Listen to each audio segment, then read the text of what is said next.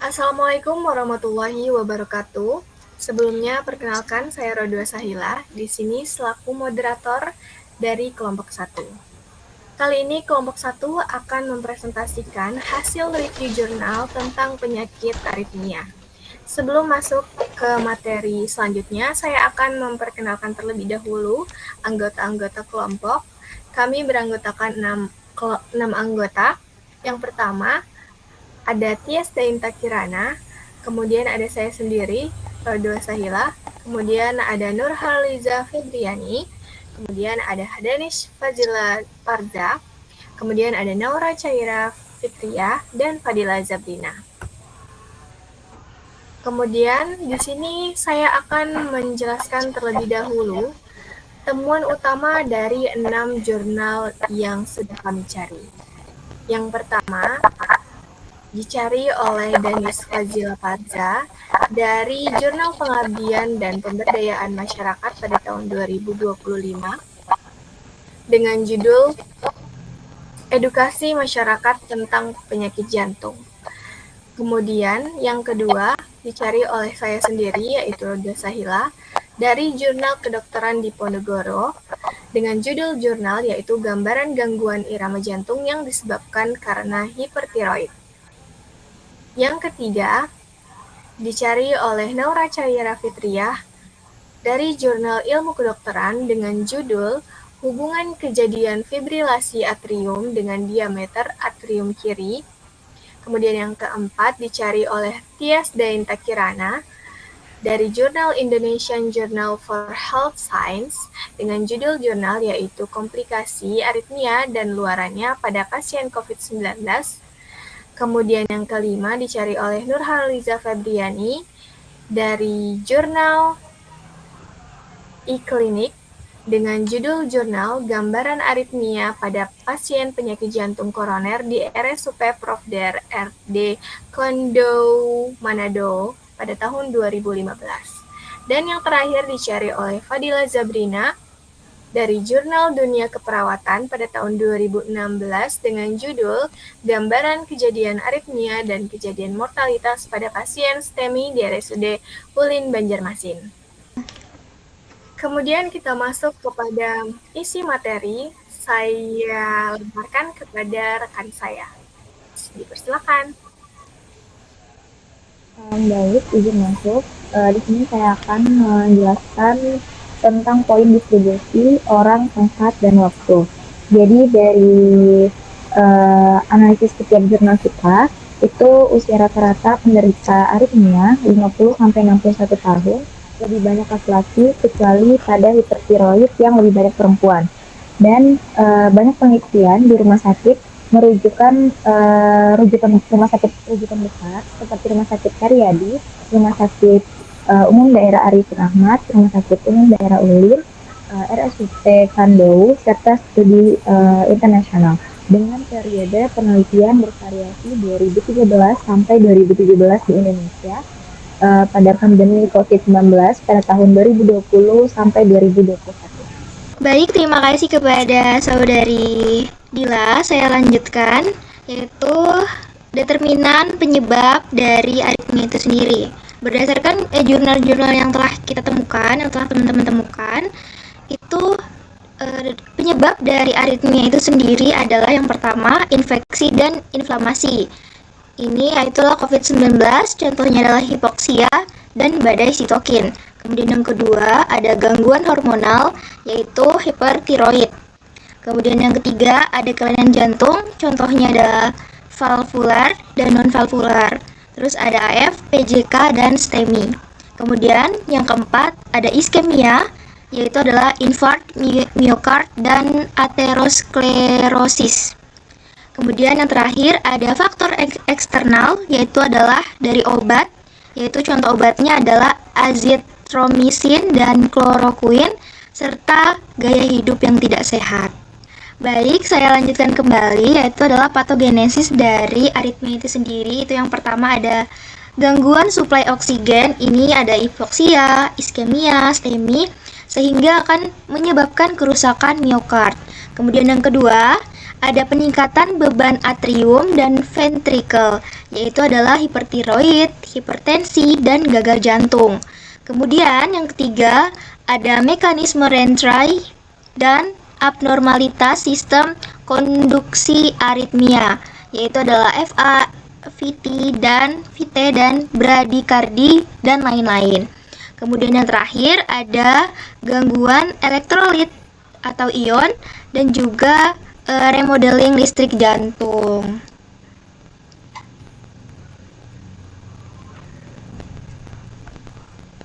Selanjutnya, gejala klinis penyakit umumnya jantung berdebar, pusing, sesak, lemah, nyeri dada, hingga pingsan. Aritmia dapat berupa takikardi atau nadi cepat 100 sampai 180 kali per menit, bradikardi atau nadi lambat, hipotensi, fibrilasi atrium, flutter, dan blok.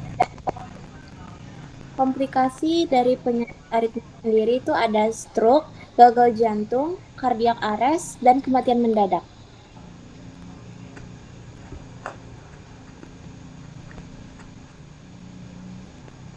Oke, saya jelaskan tentang faktor risikonya, di mana kita bisa lihat dari demografinya, yaitu usia lanjut yang lebih dari 50 tahun, dan laki-laki ini lebih dominan terhadap faktor risiko. Lalu ada pun komorbid seperti hipertensi, diabetes, PK, gagal jantung, dan penyakit ginjal. Adapun gaya hidup yang mempengaruhi seperti merokok, obesitas, alkohol, kurang olahraga, pola makan buruk. Lalu ada hormonal seperti hipertiroid, gula rendah, diabetes ataupun kulit toksis, dan faktor risiko dari lingkungan seperti urbanisasi dan juga stres tinggi.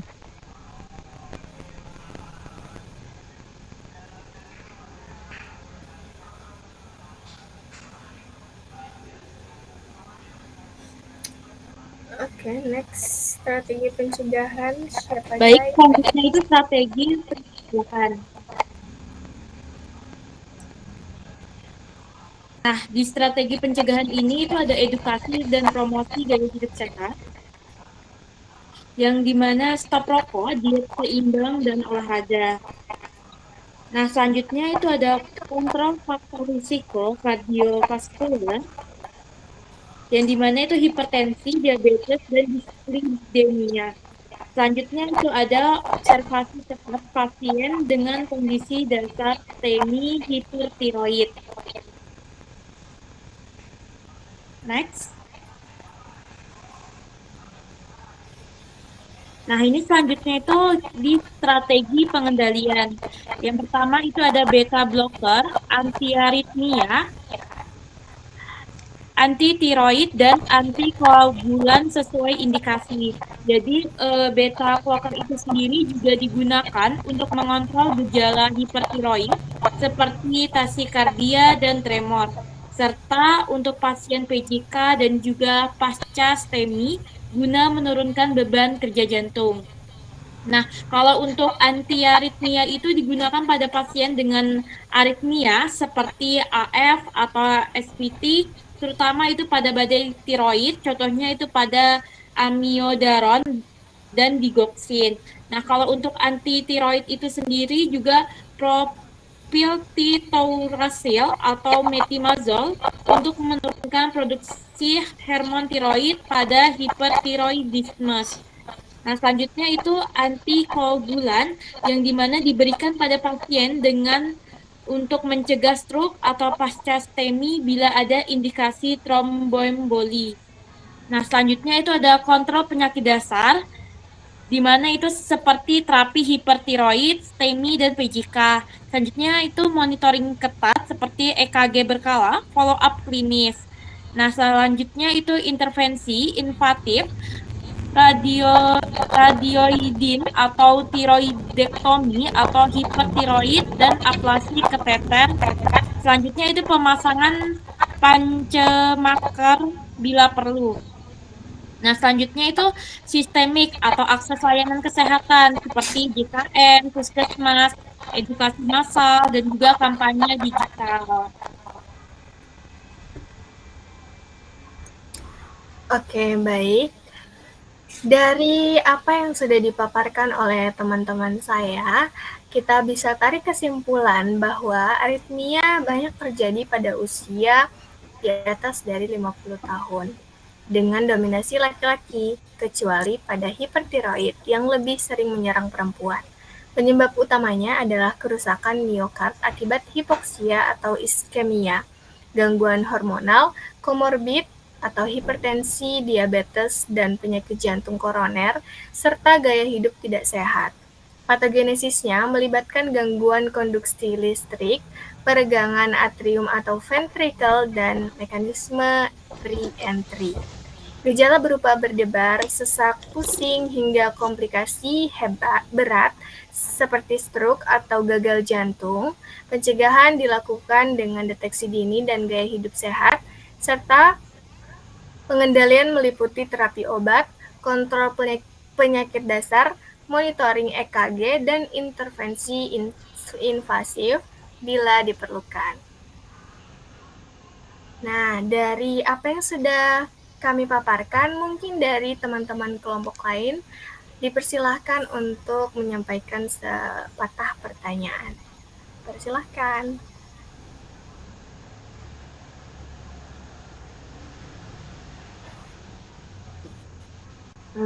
Saya ingin masuk ya. Sebelumnya terima kasih buat kelompok 1 atas presentasinya.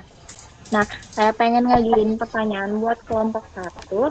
Pertanyaannya itu, mengapa prevalensi aritmia lebih tinggi pada laki-laki dibandingkan perempuan, kecuali pada kasus hipertiroid? Terima kasih.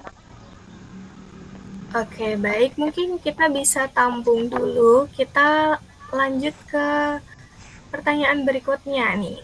Kalau teman-teman mau bertanya, oke, dipersilahkan.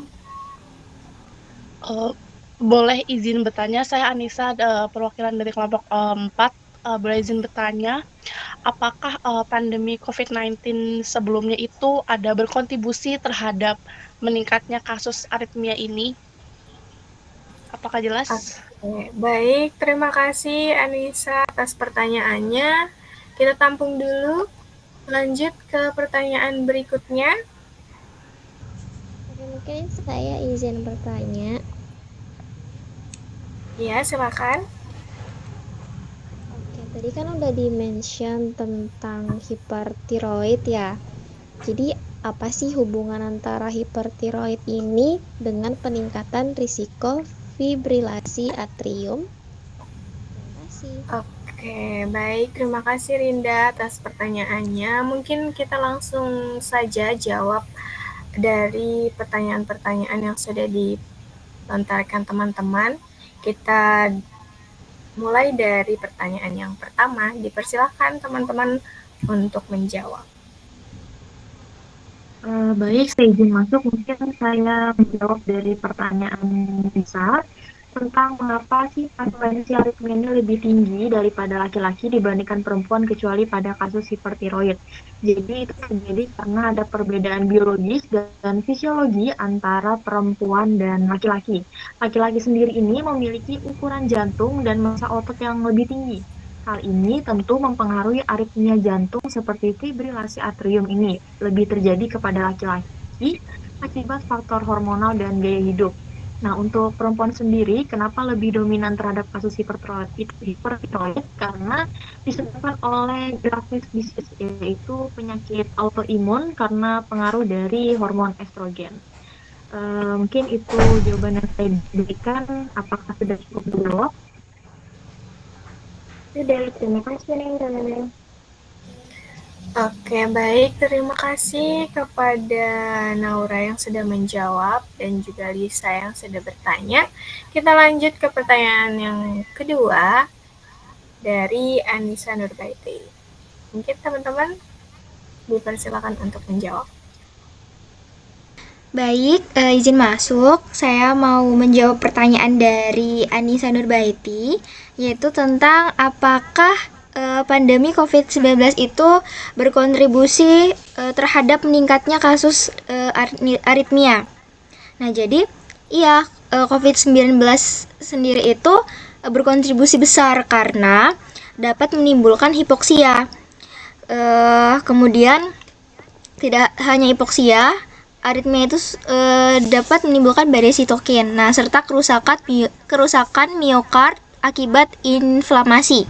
Nah, infeksi ini meningkatkan risiko aritmia baik secara langsung, seperti contohnya adalah gangguan konduksi listrik jantung, maupun tidak langsung, yaitu adalah komplikasi dari penggunaan obat seperti azitromisin atau kloroquine. Nah, jadi bisa disimpulkan COVID-19 ini itu dapat meningkatkan periode dari pandemi aritmia itu sendiri. Apakah sudah terjawab, Anissa? Oh, sudah jelas. Oke, terima kasih Tias. Iya, terima kasih kembali. Oke, terima kasih kepada Tias yang sudah mau menjawab dan juga terima kasih kepada Anissa yang sudah mau bertanya. Next, ke pertanyaan yang ketiga yang ditanyakan oleh Rinda, mungkin teman-teman boleh langsung aja dijawab. Baik, saya izin masuk ya. Saya izin menjawab untuk pertanyaan Rinda tadi, itu mengenai hubungan antara hipertiroid dan peningkatan risiko fibrilasi atrium. Jadi ini saling keterkaitan ya. Nah, karena hipertiroid ini untuk meningkatkan risiko fibrilasi atrium atau biasa disebut dengan AF, itu sebagai hormon tiroid yang berlebihan dan membuat jantung bekerja lebih cepat dan tidak teratur. Nah, yang dapat mengganggu impuls listrik jantung serta menyebabkan perubahan struktural pada jantung seperti pembesaran atrium dan membuat detak jantung tidak teratur menjadi lebih umum. Pengobatan hipertiroidisme ini penting untuk mencegah dan mengelola komplikasi ini karena mengatasi kondisi tiroid biasanya mengembalikan irama jantung yang normal. Jadi sebab itu ada hubungannya antara hipertiroid dan peningkatan risiko fibrilasi atrium. Bagaimana Rinda? Apakah terjawab? Sudah terjawab. Terima kasih jawabannya, Liza. Ya baik, terima kasih Rinda. Oke, baik. Terima kasih kepada teman-teman yang sudah mau bergabung dengan kami dan bertanya dengan aktif. Kami ucapkan sekali lagi terima kasih yang sebesar-besarnya dan itu tadi dia presentasi kita pada hari ini. Semoga apa yang kita sampaikan hari ini bisa dipahami dan bisa berdampak baik kepada kehidupan kita. Saya akhiri, kurang lebihnya mohon maaf. Wassalamualaikum warahmatullahi wabarakatuh. Waalaikumsalam warahmatullahi wabarakatuh. Dadah, terima kasih.